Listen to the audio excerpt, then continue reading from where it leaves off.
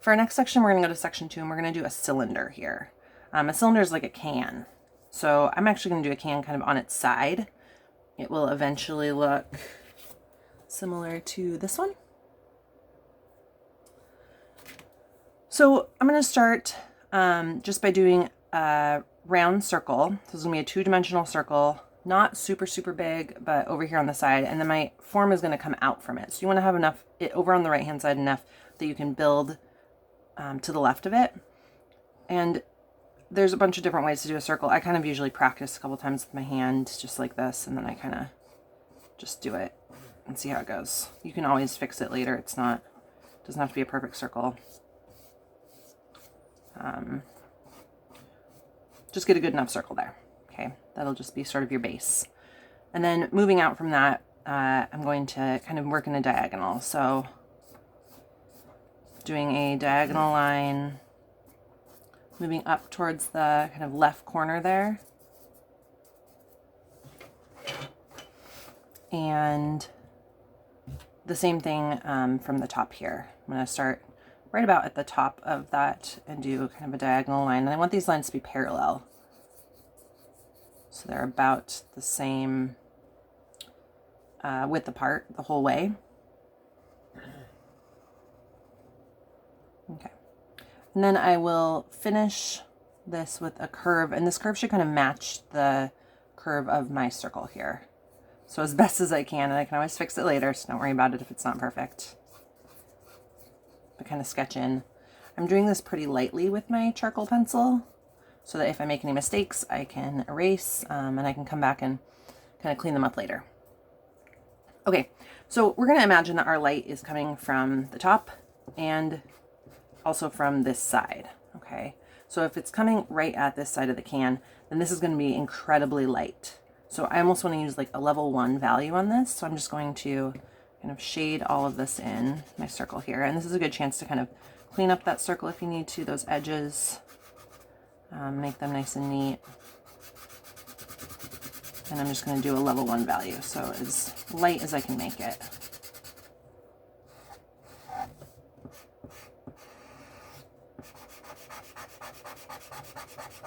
You could hatch this if you wanted to. You could cross hatch it. I'm just choosing to do a shading blend.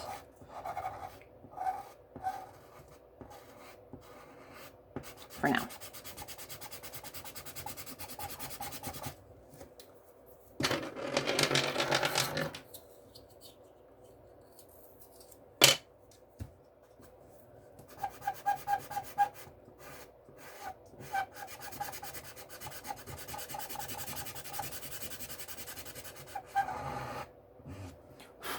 Okay, that's pretty good. I'll probably go through and just kind of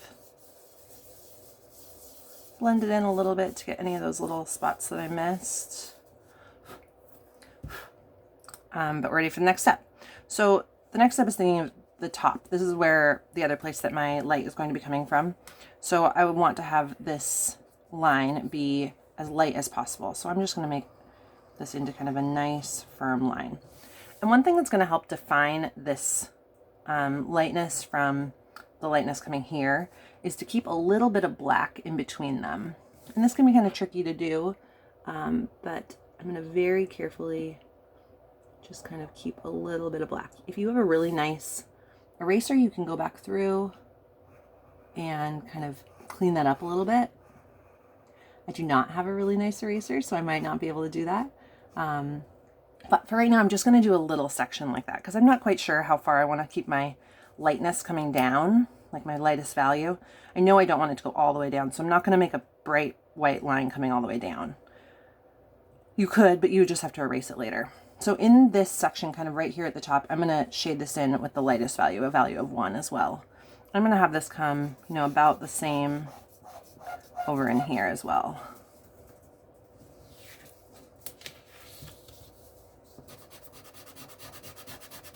So I'm starting really nice and pressing firmly here, getting the lightest value I can, and then as I'm moving down, I'm going to kind of be pressing a little bit lighter as I go. So I'm starting to kind of even into here, pressing a little bit lighter.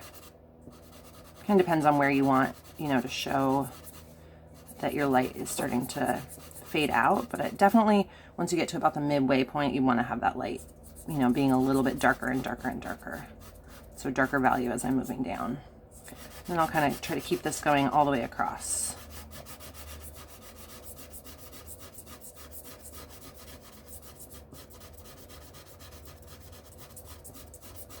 So I'm pressing a little bit lighter. I'm trying to keep those be kind of consistent across my cylinder.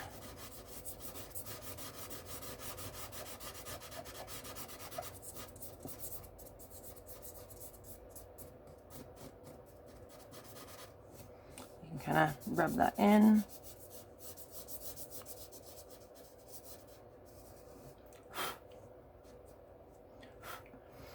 All right, so now as I get towards the bottom, I am going to leave kind of a section here that is like pretty dark. So I might just add a tiny bit of more blend here. And it doesn't have to be like perfectly even line either. It's okay if it's like a little bit messier than that. I had some white on my finger, so you should avoid that too. I just rubbed a bunch of white on there. If you have a tissue, you can usually wipe it off. This would be a good example too of what you can do with your eraser. If I got a little bit too much in there, I want to clean it up, I just really gently go in with my eraser to clean that. I'm going to kind of do just a little bit of white here at the bottom. And this will kind of show the difference between what it's lying on, like the table, and the bottom of the can. And I'm going to do just the tiniest bit here just to kind of show where the bottom of that can is. And I'm not doing a lot, but I'm doing it pretty light and then kind of just easing it off. So it's like a little miniature value gradient in a tiny space. It also lets me kind of edge along that backside too, and I can kind of clean up those lines as I go.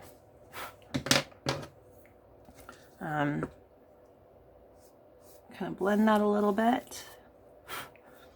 And now I'm going to keep going.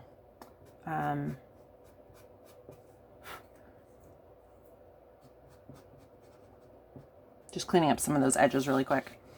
So I can see, I feel like I started a little bit too low here. See how this is like, my white spot here is almost too low. So I'm just going to kind of clean up that edge. And that's the beauty of the eraser, is that you really can kind of change as you go and change your form almost a little bit. Let's see.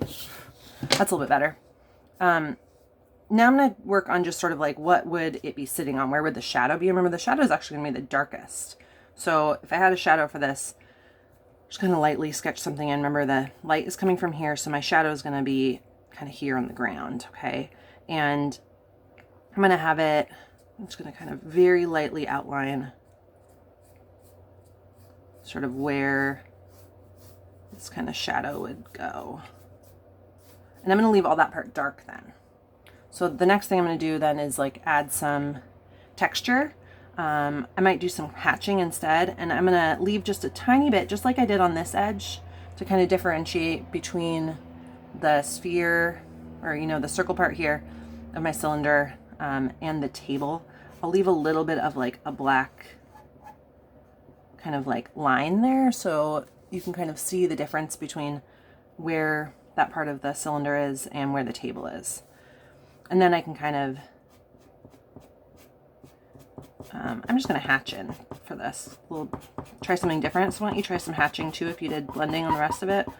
And you want this part to be, you know, nice and light. Just kind of get a feel for what would it be like to add just some texture to this. And kind of ease up on your value as you're going out.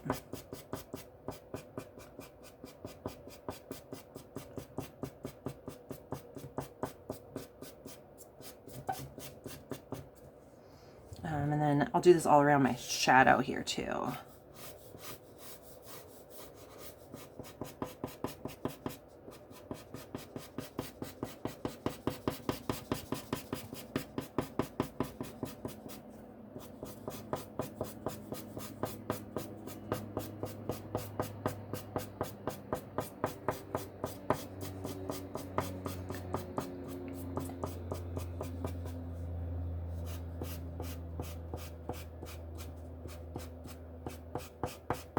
So I'm creating kind of a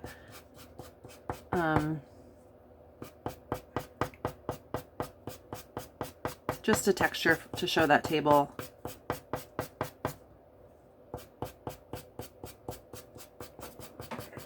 And kind of practicing a little bit of that value in there as well.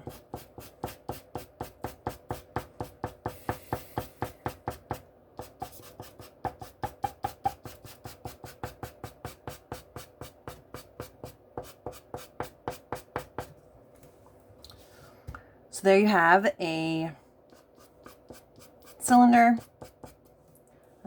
with some good shading.